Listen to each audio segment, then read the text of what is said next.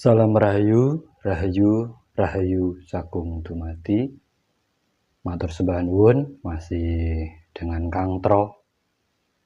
Pada kesempatan ini pertama saya ucapkan terima kasih untuk teman-teman semuanya yang sudah support dan dukung dengan like, subscribe, dan share video-video di channel ini. Terima kasih.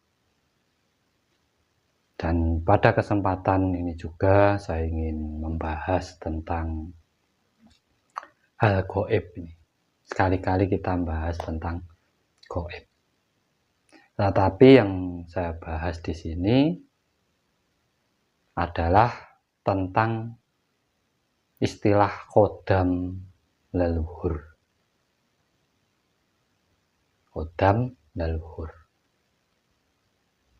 Karena ada yang bertanya kepada saya, Kang Tro, apakah kodam leluhur itu ada?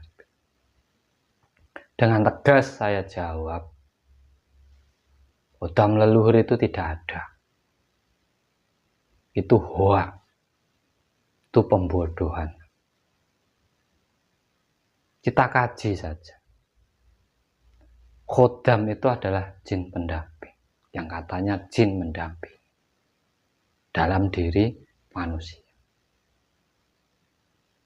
Terus di sini ditambahi leluhur, jin yang mendampingi manusia dari leluhur.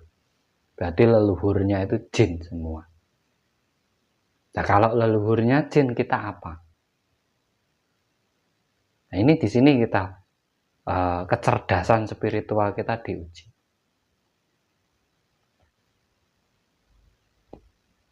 Jin dalam diri manusia yang katanya berasal dari leluhur mendampingi hidup manusia. Kodam sendiri itu gunanya untuk apa? Dalam hidup. Kok dicari-cari? Kan tidak ada gunanya. Sama untuk membantu apa? Bantu cari rumput ya tidak bisa.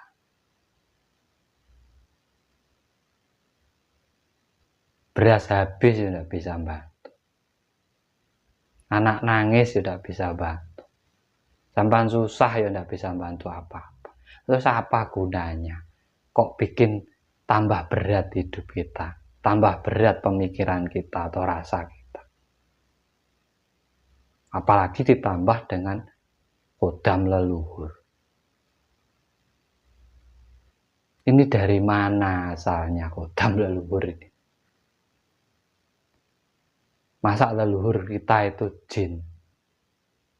Kan enggak. Kalau jiwa leluhur itu ada. Jiwa itu pun masuknya karena apa? Kita mau mengenal, mau mengkaji, mau membuka misteri sejarah, dan mau mengamalkan lagi ajaran-ajaran dari leluhur kita. Sehingga tingkah laku kita dalam sehari-hari itu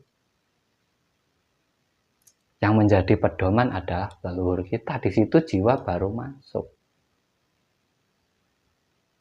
Nah, kalau kodam leluhur, jin pendamping yang mendampingi anak cucunya, yang katanya leluhurnya diterawang, di-scan, ada yang macan, ada yang itu bisa ngomong, itu aja loh, sumbernya dari mana.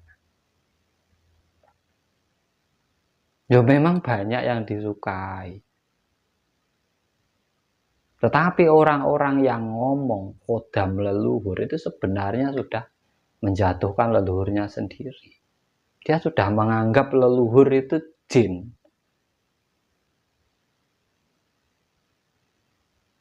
Leluhur itu jin. Kalau leluhurnya jin berarti kita ya jin. Jin kok nyata, katanya jin itu kok. Berarti leluhur kita itu tidak kelihatan. Kita kelihatan, ibu kita kelihatan, bapak kita kelihatan, simbah kita kelihatan, masa leluhurnya nggak kelihatan.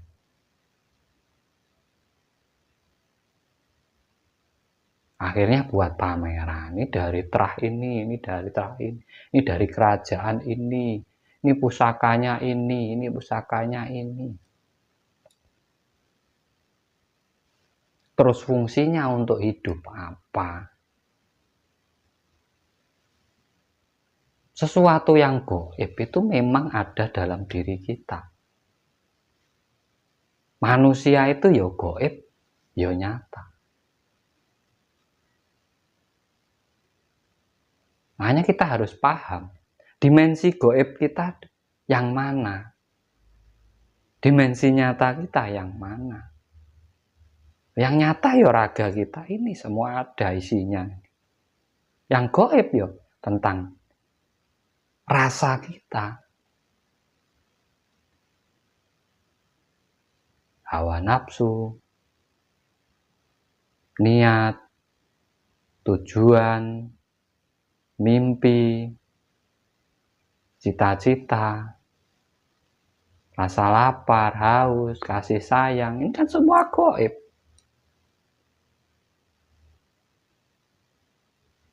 Bahkan darah kita mengalir ini gaib, tidak kelihatan. Tapi ada. Bisa dibuktikan, bisa. Nyatanya kita hidup buktinya. Kita bisa merasakan mana yang pahit, mana yang manis. Kita memiliki kasih sayang orang lain. Ini gaib. Menembus dimensi gaib ini berarti apa? Ya kembali ke diri sendiri. Menelaah diri sendiri. Olah rasa.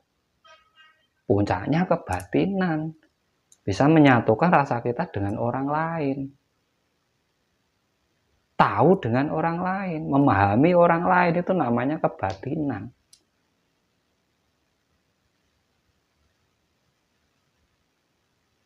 Nah terus kalau kodam leluhur penjabarannya bagaimana? Ya kalau kita langsung percaya saja tanpa ada penjabarannya, penjelasannya, pembuktiannya, terus apa gunanya? Nah ini kan ilmu gaib tidak bisa dibuktikan. Wong yang gaib dalam diri kita aja bisa dibuktikan kok. Rasa, nyatanya sampan bisa manis, asin, sedih, bahagia, rasa ada. Sampai rasakan ya. Berguna untuk hidup sampean. Kalau tidak ada rasa, sampean tidak bisa merasakan apa-apa. Jiwa kita ini yang hidupi kita. Cahaya yang membuat mata kita melihat. Ada buktinya. Makanya kita harus cerdas dalam memahami sebuah keilmuan. Jangan mudah terombang-ambingkan. Apalagi tentang pelajaran gaib. Karena pelajaran gaib ini, apabila kita terlalu dalam masuk sampai kita masuk ke halusinasi kita, bahaya juga, ribet hidup itu. Ribet, sana lihat sini, lihat ini orang ndak apa-apa sudah diterawang dulu. Wah kamu ada udah harimaunya, kamu ada ininya, kamu ada ini. Wah pusaka ini ada naganya, ada. Nah buktinya mana? Itu ada itu gaib itu. Nah, buktikan ndak bisa.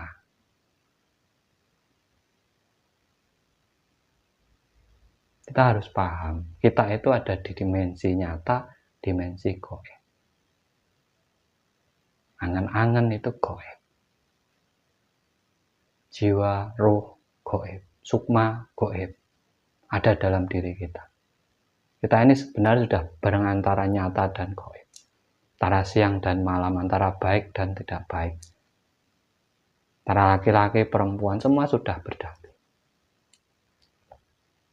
Kita harus benar-benar jeli, menelaah, memahami, mencermati sebuah keilmuan. Jangan sampai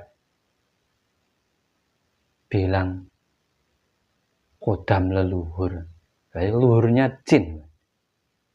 Ya aneh juga. Itu ya ada juga yang percaya. Nah, ada juga yang pelajari. Akhirnya apa?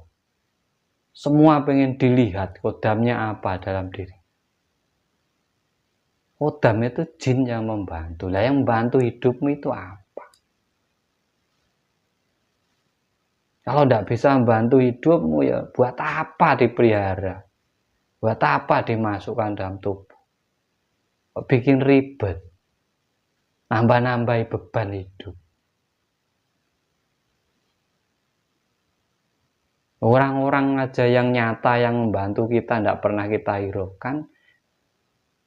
Istri kita yang tiap hari nyiapin kopi, nyuci, tidak pernah sampean rawat, sampean malah ngerawat kodam. Benda goib. Yang nyata aja keteledoran, terus buat apa yang goib kan gitu harus. Ini kalau belajar memahami, mendalami yang benar-benar. Agar apa ya, kita tidak terombang-ambing.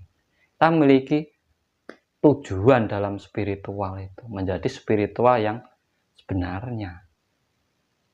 Yang tidak hanya ikut-ikutan sana sini. Jadi saya jelaskan pertanyaan dari teman, apakah kodam leluhur itu ada? Tidak ada. Kodam leluhur itu tidak ada. Jiwa roh leluhur itu ada. Tapi kalau kodam leluhur itu tidak ada. Fix itu. Kalau yang ngomong ada, boleh dibuktikan. Diperlihatkan yang benar, jangan hanya ngomong. Jangan hanya merasa, tidak ada.